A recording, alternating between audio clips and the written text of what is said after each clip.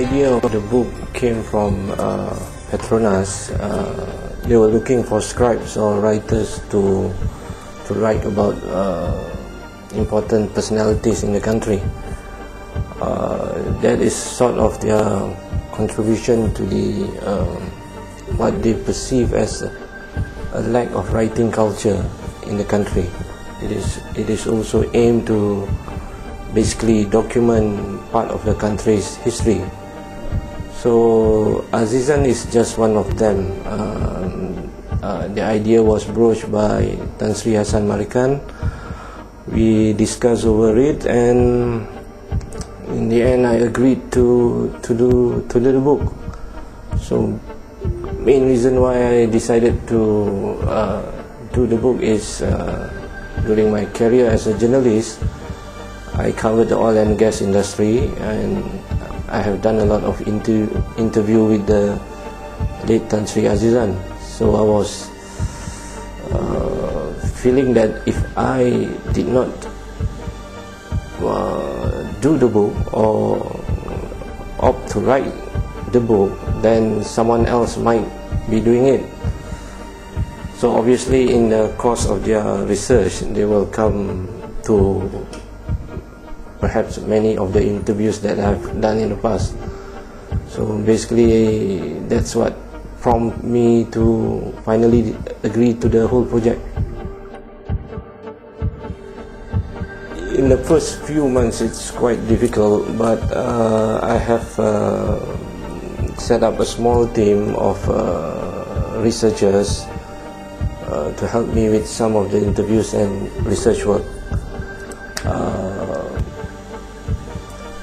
Writing about the book is not as difficult as I had expected, because a lot of it touches on the history on operation of Petronas and the oil and gas industry, which I'm quite familiar with. And the other thing is I managed to come up with the storyboard much earlier in the writing process. So once the storyboard has been basically decided, I just follow this.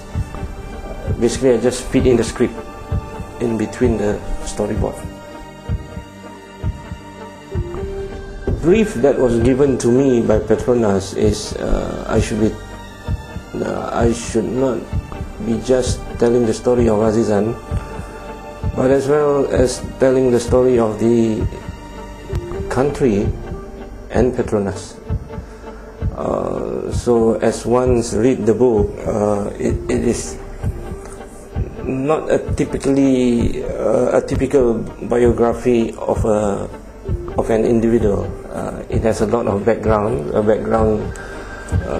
I started with the history of Penang, and then there is a background on Merdeka, the 1969 racial crisis, and then it eventually sets into the formation of Petronas.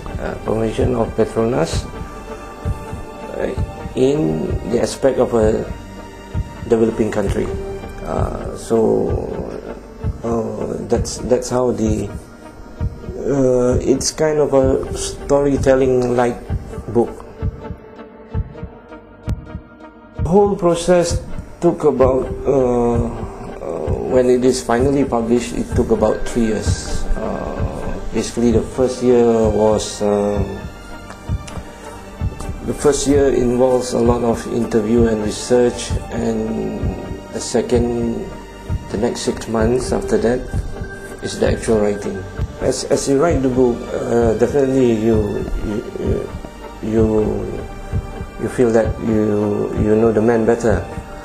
And if you look at the book, I have to interview more than about 60 to 70 people, and each of them has their own perspective of who Azizan is.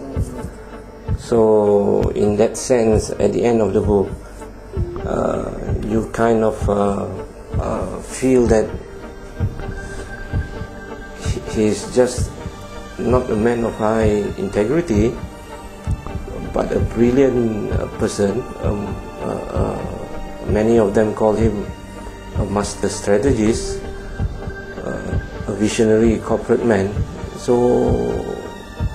all that you tend to find out the better side of him during the course of the interviews. It should be emulated by other publications and other media, and big companies, including the mainstream media, should perhaps allow their senior journalists to take time off, perhaps to write on a lot of matters about the country.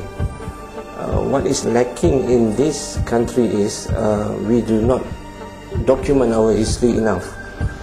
A lot of important personalities, first, they do not write. Secondly, there are not enough sponsorship to encourage people to write about personalities in the country. And these are the people you can consider as, in fact, towering Malaysian. If you want to write a book, make sure you write a proper book. Meaning it should be well researched, there should be footnotes, there should be bibliography, there should be index, because in this country a lot of people write books without following certain basic rules of writing a book. I guess for the mainstream media, their role is perhaps to encourage their journalists to write and give time or perhaps sabbatical leave for them to write, because if not for the journalists, then who do you expect to write books about a lot of matters in this country? You just can't rely on academicians or other people. Journalists should not just writing for newspaper, they should also perhaps consider writing books.